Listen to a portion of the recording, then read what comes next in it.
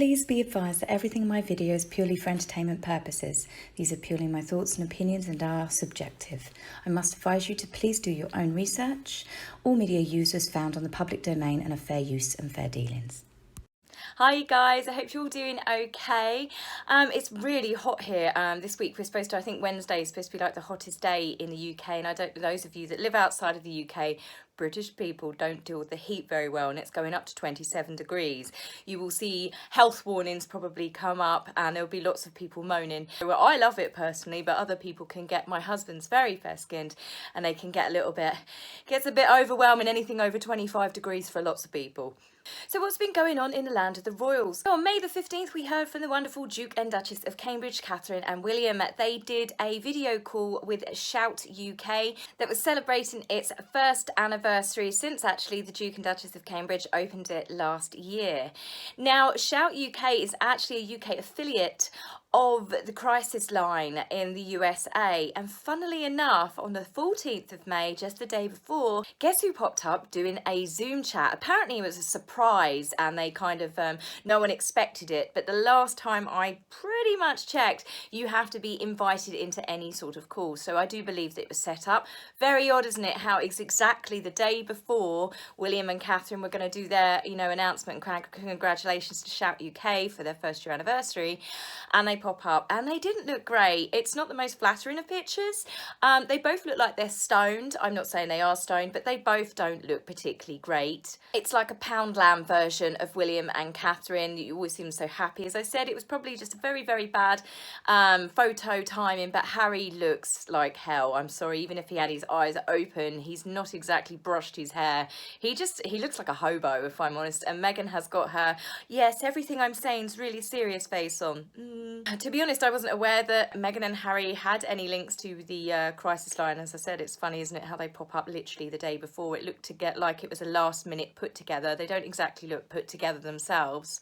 Aside from both looking like a complete mess in the video, it did put to bed rumours that they are not actually together. Obviously, there's been lots of rumours flying around that Harry was in Tyler Perry's house by himself. And for a couple that don't read media reports, it is funny, isn't it, how lots of people are saying, well, we haven't seen them together for such a long time, and then up pops a joint video of them.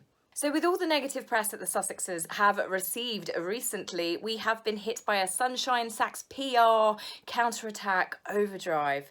We have heard from an old school friend of Meghan's. The article was meant to be done in a positive light to say how lovely she was, but I think he's kind of made her look a little bit bad, even though he didn't mean to. He spoke about in great length how she used to toy with lots of boys' hearts and the fact that she was a serial flirt. I wouldn't really know how to take that, but I'm pretty certain that Meghan started honing her skills and tweaking them, how to manipulate boys from a young age, as I've previously said, and this just kind of backed up that theory.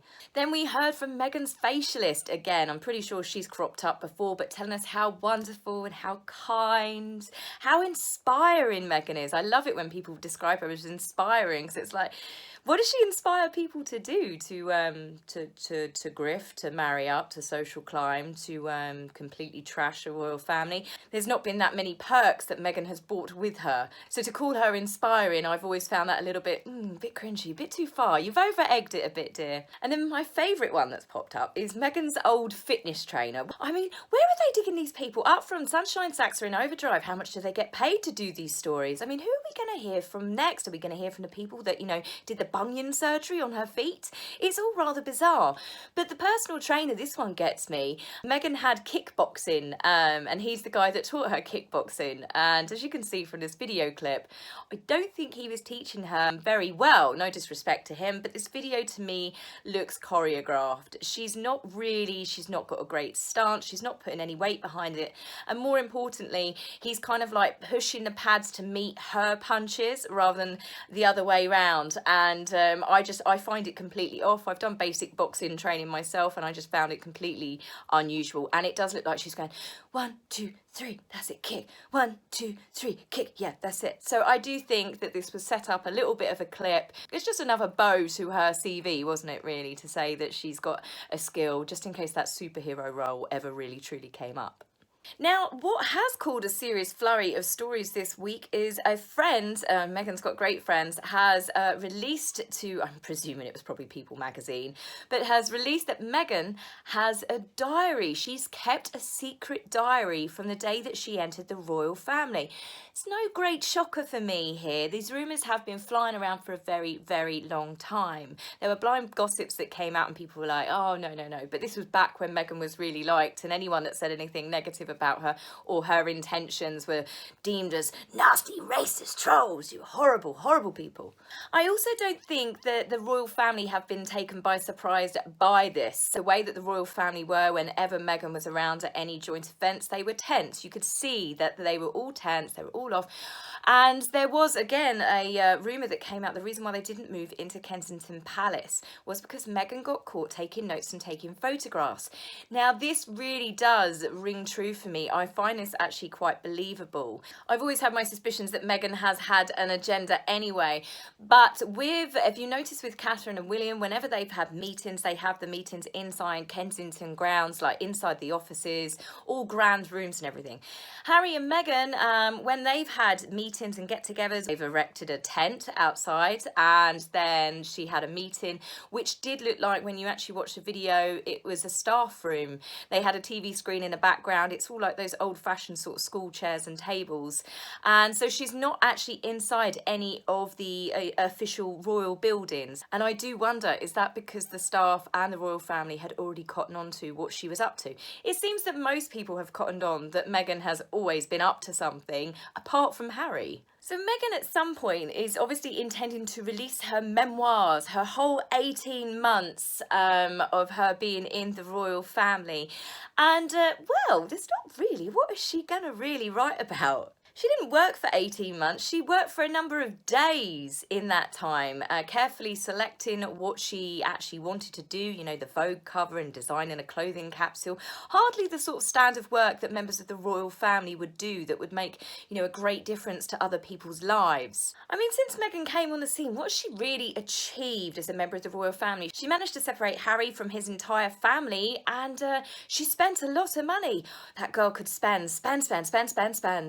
So sex symbol, screenwriter, playwright and actress Mae West once famously said, "Keep a diary and later it will keep you." Meaning that obviously you can then sell all of your dirty little secrets at a later date to make some money. Does this sound like something that Meghan would do? The shock, the horror.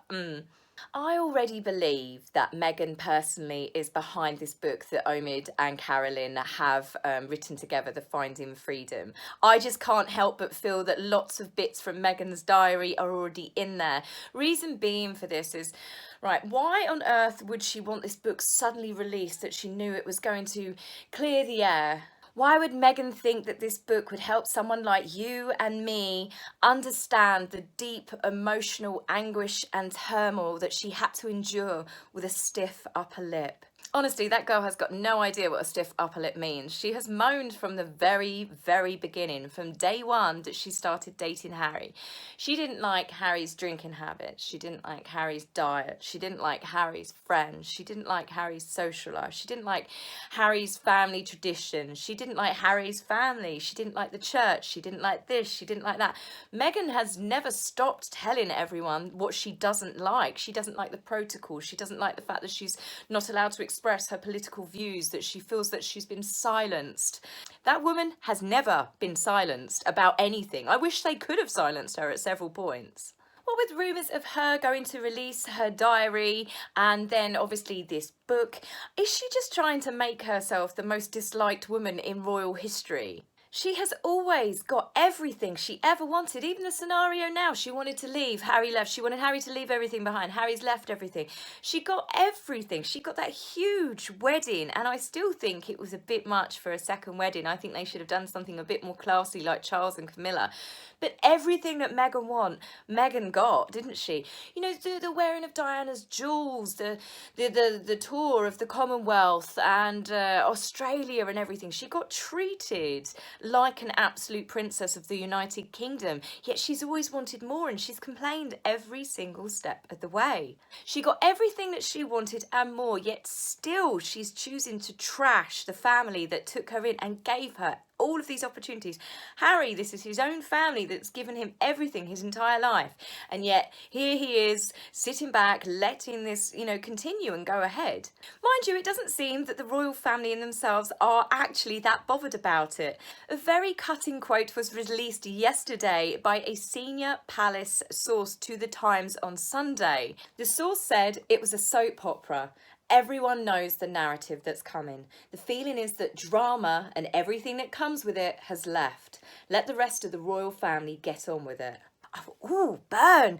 Meaning drama, meaning Meghan. I just thought that was quite outspoken, but you can imagine, I'd imagine that the royal family, and it does go on to say in the article, they have had so many books written about them, very few of them have actually been endorsed, and I think it's going to be water for ducks. In fact, people see Meghan and Harry for the attention-seeking freeloaders that they are at the moment. Anything further that comes out with them telling us how hard that they got it is just going to go down badly. I think that the royal family have handled all of this very, very graciously, and they've never said anything. And as the source said, they're not going to. They're not going to fight back against anything that's said about them because it's just drivel. It's going to be complete fantasy made up by a narcissist who is still bleating to this very day while living in an £18 million freebie mansion with millions of pounds worth of jewels and wardrobes that she's had it so hard over the last couple of years. It's cry me a river, I don't have a violin small enough. In less than 2 years, she has managed to damage all of the goodwill that the UK public had for her. And in the beginning, do not believe the stories if you are from outside the UK. The UK public absolutely adored Meghan. They were very, very happy about her joining the royal family and thought, it would be a just another modern sort of twist to the royal family, a biracial girl from America marrying into the family. Finally get rid of that horrible reputation of American divorcees causing problems when they marry a member of the royal family. Didn't quite work out that way, did it? She's got Harry to give up absolutely everything. And I mean everything, not just his jobs, not just his house. She's got him to give up all of his friends, his hobbies, all of his military ranks that he held. He has literally given up everything, including his entire family, just to appease Meghan. Harry is literally a shadow of his former self, and this has all been done in less than 2 years. It's absolutely crazy. I do think that there will be books written about Meghan one day.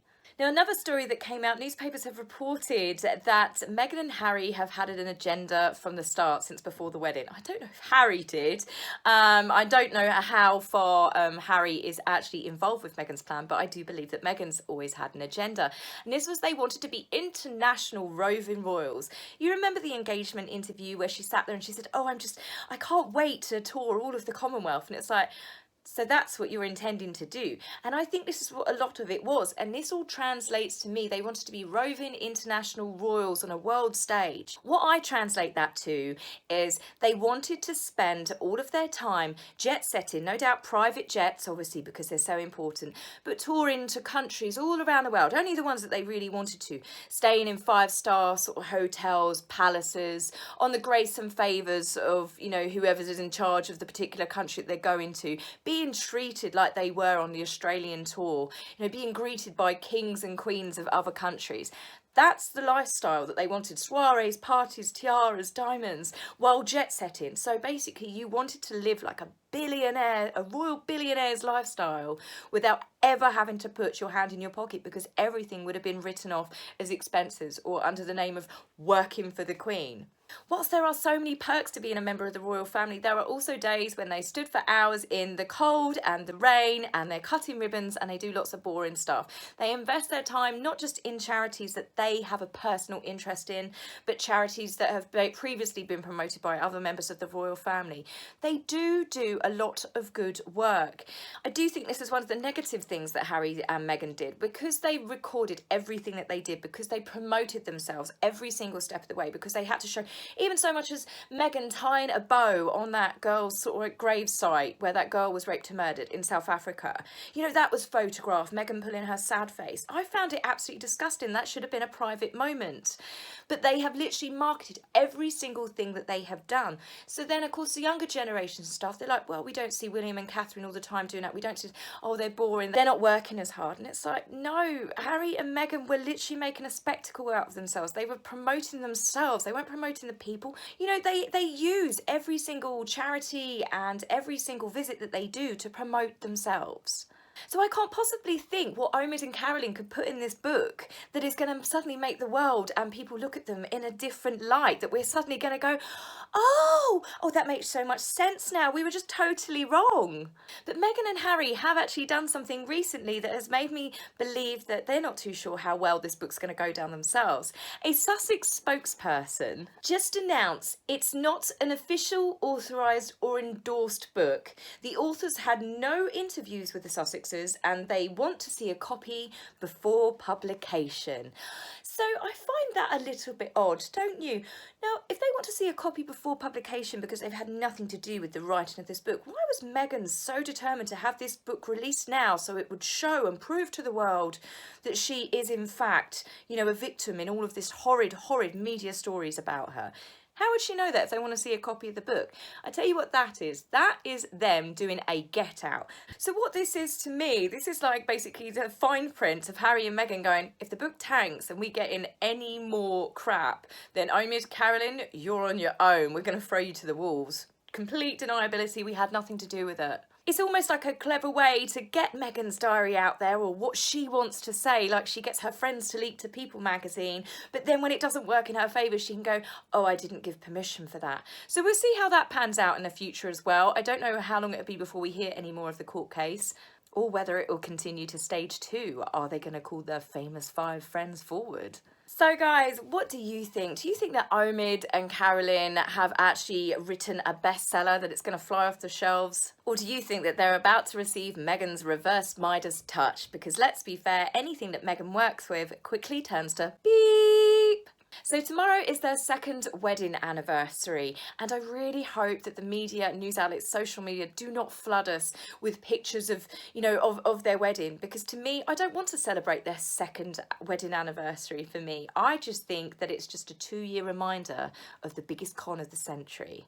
So as always, tell me what you think, and I'll be back with you guys very, very soon. Take care. Bye. If you like my video, please remember to like and subscribe. Please, angry typists, you will be blocked, so save your fingers the time. If you would like to buy me a coffee, please go to my About page and click the link. Love, Taz.